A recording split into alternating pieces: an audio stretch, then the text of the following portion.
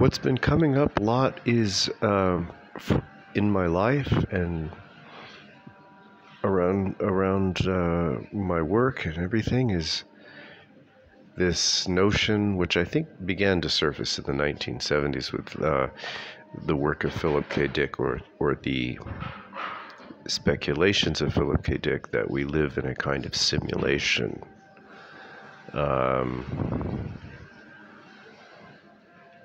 And that the world around us is, in fact, ephemeral, illusory, or a simulacrum program. My first thought in response to this interesting hypothesis, that I think it was Philip K. Dick who first began talking about these things, and people were completely mystified by his assertions. And I'm not sure, but I think maybe the movie The Matrix was heavily influenced by him. But my question is, okay, if it's a simulation or a simulacrum, it's a simulation of what? And if we ask that question, a simulation of what? Then we have to say, well, a simulation of what we imagine to be solid or durable or real. And then if we're honest, we have to say we really don't have any idea of what that means. All we can say is that we have a concept, an internalized or a kind of mental model of a kind of solidity or reality that exists. But actually, we're really only saying we had an understanding of what reality was in terms of its relatively solid or stable or durable or material weight. But perhaps that's just because we've conceived of it and we looked at things this way for so long, in no way means that it exists. And that instead of saying that this universe is a simulation, we have to say, well, perhaps what we thought reality was is not true. It's not what we thought it was. It's something else. It's not a simulation of something that we once imagined to be the case. It is what it is. And it seems to be infinitely more ephemeral than we once thought. And it defies our former mental construct. What's remarkable is that our minds could have conceived of something that was so persuasive, this kind of almost a kind of chimera that takes such a life of its own that we believe it exists, and when we see that it doesn't, we believe that, well, what remains must be a simulation of that thing that we once believed in, that doesn't exist except in our conception of it. So, and then I was thinking about my voice teacher in New York, Nikolai Kachanov, and he had a major influence on me, not just in my musical development, which is ongoing, but also in terms of my spiritual, or shall we say philosophical outlook, or my way of looking at reality. And one day in rehearsal, and I can't remember now the provenance of this story, of this myth, but he says it has a basis in some, perhaps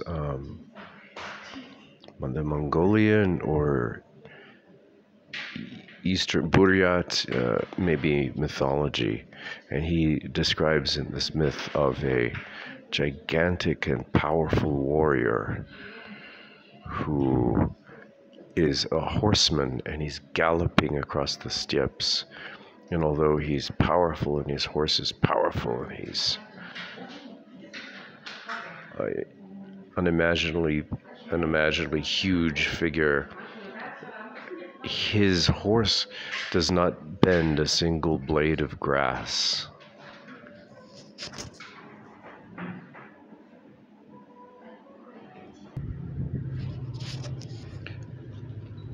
But all these thoughts were triggered by turning to this article that I want to read, Le Comte de St. Germain, the Immortal German Alchemist.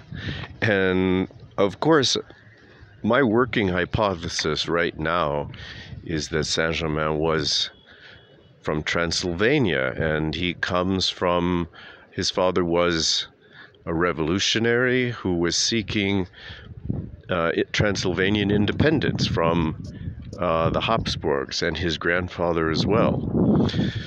So he was fundamentally a revolutionary. I would call him an authentic revolutionary. I think what I've come to see is that there are two forms of revolution. There's the organic revolution, which seeks freedom, and then there is a kind of imitation or false, sinister impersonation of revolutionary of the revolutionary spirit that comes along and subverts the spirit of revolution and rather serves the very cynical interests of the entrenched oligarchy. And I believe that Saint Germain is very much of the former character, and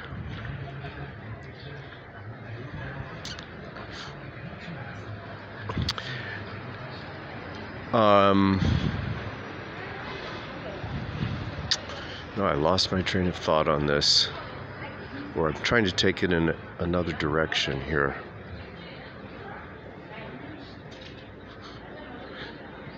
So it's kind of like walking in a fun house with mirrors, and hard to pin things down. He was a revolutionary. He was always on the, as far as I know, my working hypothesis, he's always on the move. He's changing, he's using different aliases. People are a bit mystified, and some people kind of spread ideas about him that he is a kind of charlatan, trickster, opportunist. And whereas if you accept the notion that he was a revolutionary who came from an aristocratic background that was, I would say, controversial. I mean, if you're seeking independence from the Habsburgs, you're going to have to be somewhat secretive. You're going to have to be stealthy. You're going to have to stay on the move, and you're probably never completely safe. And the fact that there's a lot about him that we can't completely corroborate. I was talking to a friend and I said, isn't it odd that the strangest thing about him, I haven't been able to poke a hole or debunk, which was that he somehow managed to appear to be about the same age for a period of 75, 80 years, as far as we know.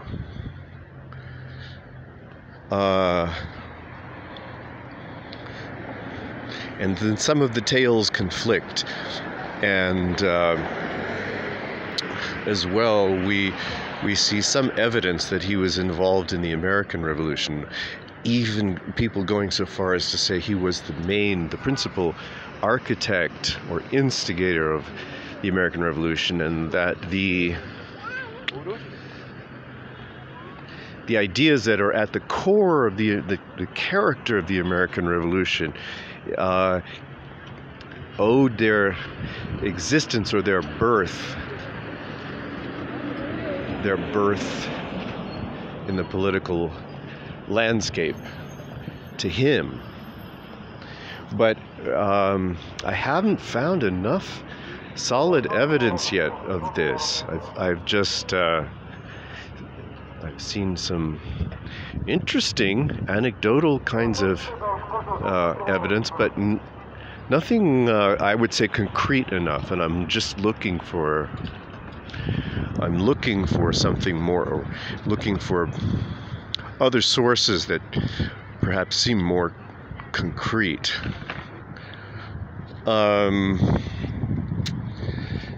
So all of this about the ephemeral nature of existence perhaps being the bedrock. Ironically, the bedrock of reality is kind of matchless, ephemeral, absolutely ephemeral, animating principle, but even perhaps more impossible to identify or pin down.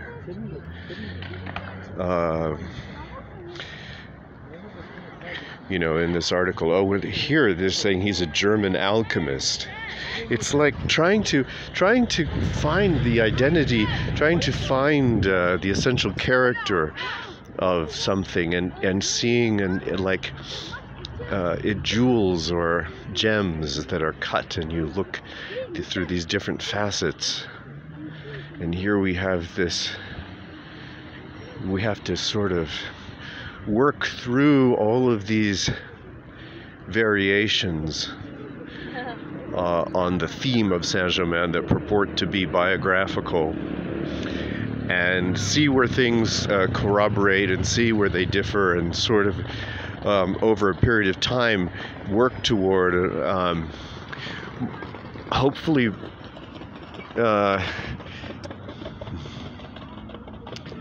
more biographical in the real sense. So that's why I think, even though you could look at this title and say, oh, it says he's a German alchemist who's immortal, okay, that's where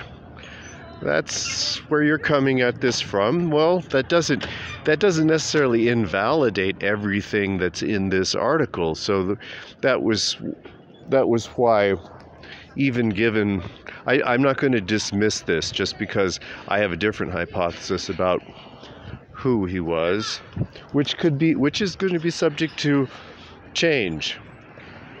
So they say, immortal German alchemist, Comte de St. There he is. The German count was said to have lived for centuries. A man who knows everything and who never dies. Okay, we've encountered that before. We know that that's Voltaire. We have a couple of versions of those same words. One where somebody says that that Voltaire spoke this sarcastically. And we have other versions where there's no indication that he was being sarcastic at all, that he was being quite sincere, and that they actually knew each other quite well. Then this other quote, which we see in the Isabel Cooper Oakley book, that wonderful story, it's sort of lifted from there. I don't know if it's lifted from there, but probably, where he sees he meets a young girl, I think from an aristocratic family, who is she's a budding musician, she's a pianist, and he has a conversation with her, and he says, when you're 17 or 18, he asked her, would you be happy to remain at that age at least for a great many years? And she says, well, that's not possible. And he said, well, it's not impossible, and I even have the means by which you might be able to achieve this. So, like, this is another facet of the gemstone, this identity that we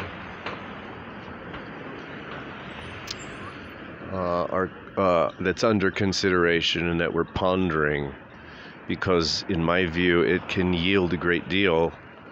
It certainly has for me. I've profited from considering Saint-Germain and not rushing to conclusions, because there's something in his spirit that comes through that I find very revitalizing, compelling. So let's go on with this article.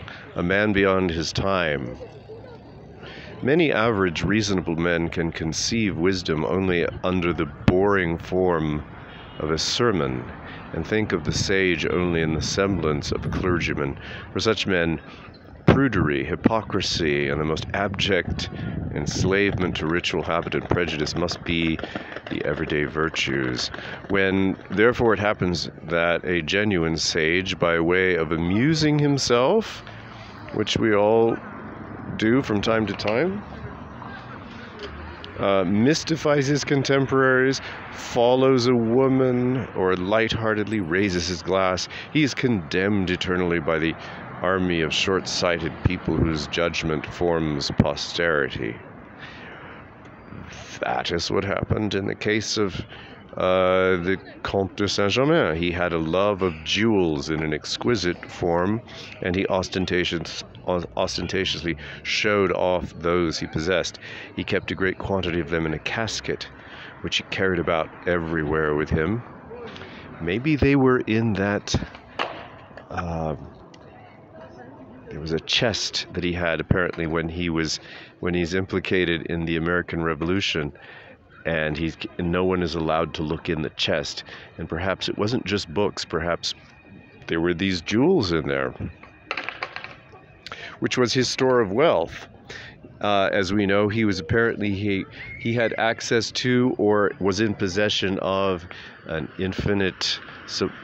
apparently infinite wealth. But he had to have it in a form that could serve him in everyday, to serve his everyday practical needs. So, jewels, diamonds, artwork, gold, and also his phenomenal ability to add value to the world around him. He had skills, he was a specialist, he could apply his knowledge in ways that made him valuable. So, I don't know, just kind of going off on a bit of a tangent here. The importance he attached to jewels was so great that in the pictures painted by him, which were in themselves remarkable, the figures were covered with jewels, and his colors were so vivid and strange that faces looked pale and insignificant by contrast. Jewels cast their reflection on him and threw a distorting light on the whole of his life. Now, I find this fascinating. The idea that a world of jewels is kind of a storehouse of wealth, and wealth, and I think for him, was possibilities. Wealth represented an ability to get things done, an ability to travel, an ability to maintain a certain image, and that jewels represent also, of course, long-lasting, eternal, at least in the material sense, and human beings kind of come and go. Of course, our spirits are eternal, but our bodies, in comparison, are kind of, ghostly, pale. Has nothing to do with the color of your skin. It is ephemeral. We pass through this existence in these bodies. I don't know. I'm saying this is the general sense. You know, Saint-Germain seemed to give the lie to that. He seemed to have the key that allowed him to persist in his physical form in an exceptional way that defies accepted logic. But just what this passage says with regard to his wealth makes I am interpreting it also metaphorically, and it's quite interesting. And then his contemporaries did not forgive him this weakness, nor did they forgive him for keeping an entire century, nor did they forgive him for keeping for an entire century the physical appearance of a man between 40 and 45 years old. Apparently, a man cannot be taken seriously if he does not conform strictly to the laws of nature, and he was called a charlatan because he possessed a secret which allowed him to prolong his life beyond known human limits. So, petty prejudices interfering with being taken seriously. I mean, this is a theme. I'm sure we've all heard stories and seen movies on that theme. So that's an interesting way of kind of encapsulating his identity. We'll take it from there next time. But thank you for coming along on this journey. It's already a fruitful one, even though I can't say that I've reached any solid conclusions. But I have felt things shift in my own life in this process of trying to discover the truth of Saint-Germain, if such a thing exists. I'm writing a book on legal philosophy, on jurisprudence. I'm looking at Hans Kelsen and his pure theory of law, and he says that justice is kind of ephemeral. It's kind of a subjective thing, and that the idea of something that is perfectly just is an illusion. That doesn't mean that law doesn't exist. And that combined with